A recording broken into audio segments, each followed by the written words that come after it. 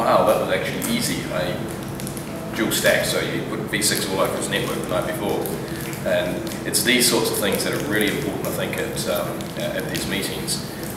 So the sort of training you like to get, and people like several of us here who do this work, it's immediately useful to people that come here and are working on the networks, whether they're configuring them or whether they're a little higher up in technical management, that sort of thing.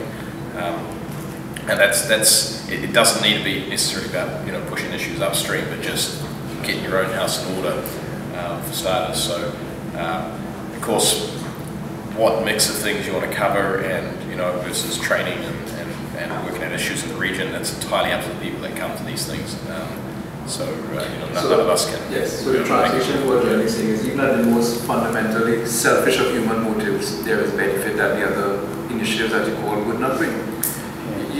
What we're doing here, again, there's one group that will of course look at the more altruistic nature of CaribNog, but there's another dimension which will be the majority simply looking at what they can get out of it, the training, the understanding, the contacts, the fact that their jobs are made easier because they now know more people than they would have known.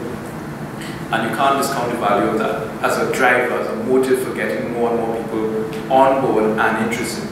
The kind of training that we're covering this week is difficult to get in any other context without paying huge amounts of money as a technical practitioner. But CaribNog provides that as a matter of course every time it gathers. Once that word gets out and people know I can increase my level of skill, I can increase my level of competence, I can increase the portfolio of relationships that I have to call upon, then that has its own attractive force. And in doing that, we're also introducing them to the fact that you also have a regional obligation, you also have a greater responsibility. Some will take it, some won't, but everyone will take the fact that my career is strengthened because of my participation in this forum. And we recognize the very pure, and as I said, selfish motivation that brings, and you use that as well as part of the leverage for continuing CaribNog forward. Alright?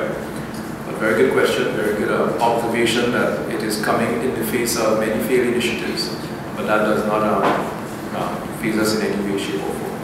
We know what we have to do, and we know that we have a group of people out there who are waiting for an initiative like this to come upon their shores. Any other questions? If there are no others, I'd like to invite the Secretary General to give a few closing remarks. She's been here from the start, literally, so.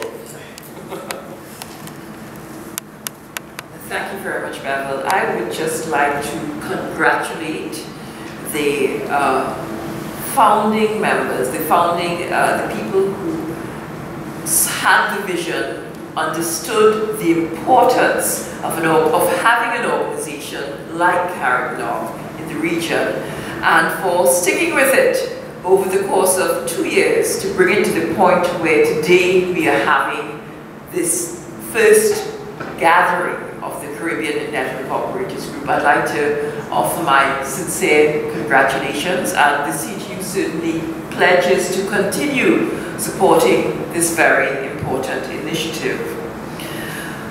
I would just like to point out that CaribNog is just one of the many activities that is happening over the course of this week. From the 16th, the opening ceremony for St. Martin's ICT Week begins this evening at 7 p.m. and I trust I will see you all there. Then tomorrow, the 16th and 17th, will be the 6th Caribbean Internet Governance Forum. From the 18th to the 20th, we will be staging the 11th edition of the Caribbean ICT Roadshow. And that roadshow is really designed to educate and raise public awareness of the issues of information and communication technologies and their tremendous potential to transform economies, societies, and the lives of Caribbean citizens. From the 18th to the 19th, we have a number of ICT camps especially designed for young people and laymen to introduce them to the technological tools, and also to help build capacity and educate on how many of these tools can be used. And finally, on the 18th, on the 19th and 20th, we have an innovation and entrepreneurship workshop, which is designed to help people who have ideas about ICT development, who are using information and communication technologies in innovative ways. This camp is designed to help them move from just an idea to developing a plan to commercialize those ideas and give birth to revenue-generating, sustainable businesses. So as you can see, it's a packed week, and CaribNog is one of the activities. CaribNog is going to be very technically inclined, so we recognize that there's a certain audience that we would like to see there, but there are other activities for everybody else. The entire week is dedicated to all sectors of the national community so that there's something for everyone. And with that, I'd like to bring this session, this orientation session, to an end. We're very pleased with the turnout. We're very pleased to see so many of you out. And I want to wish the organizers and the tutors and the people who will be participating in CaribNog to learn as much as you can, talk as much as you can, share experiences as much as you can, support CaribNog, be a part of it, make a difference. And with that, I close. Thank you very much.